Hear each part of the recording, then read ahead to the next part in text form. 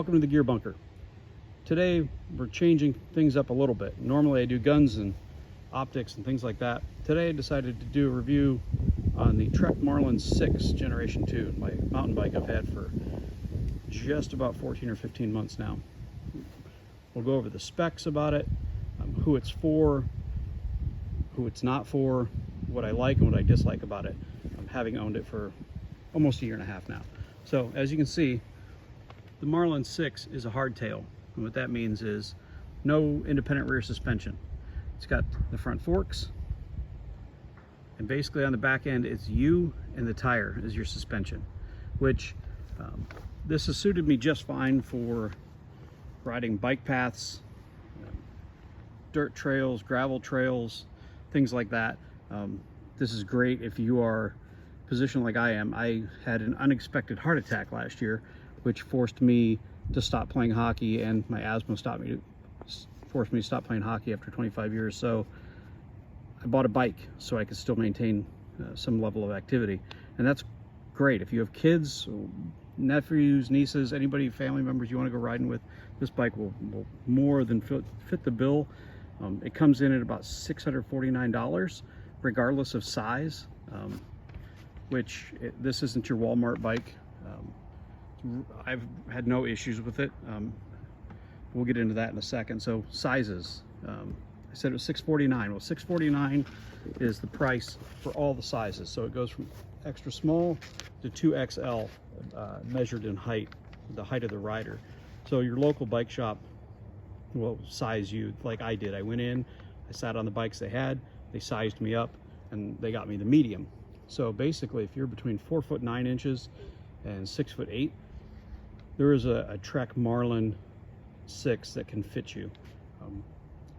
Colors available in black with a yellow trim, a nautical blue. This is the orange. It's a kind of an obnoxiously Cleveland Browns safety orange, which I really like. Then they make it in a red black faded pattern. So, and it comes in, it tips the scale 31 pounds, which may sound like a lot, but riding it, I can tell you it's a light bike. The max weight rating for this bike is 300 pounds. So not knocking, it's just something to be considerate of, especially if you fall into the 2XL 6'5" and above range. This might not be the bike for you, but again, consult your local bike shop. So some of the specs that we'll go around here stand out. So they've got the internal cables routed down through the frame. They come back out. Other side, that's my fault. Come back out on the bottom. And then run back to your selector mechanism that changes your gears and your rear disc brake. The Marlin 6, go back to the other side, does have built-in rack mounts. So you can do the fender, you can do luggage rack on the back. It comes with two spots where it's mounted, or you can mount water bottles. So you've got one there, one on the vertical. It's a 10-speed, which some people may knock that, but the thing I liked about it is it's simple. You've got, they refer to that as a cassette in the back. So it's got 10 gears in the back, one on the sprocket, and the adjuster, or the selector I should say. See if we can get a good view of that. It's simple. It's two triggers, one up, one down. So it makes changing gears, in my experience, extremely easy. No overthinking. You don't have to worry about a derailleur on your main gear here, or this chain has never slipped on me. And like I said, I've had it for almost a year and a half. Really enjoy it. It's aluminum framed, and it is made, I can't find the tag, but it's made in Vietnam.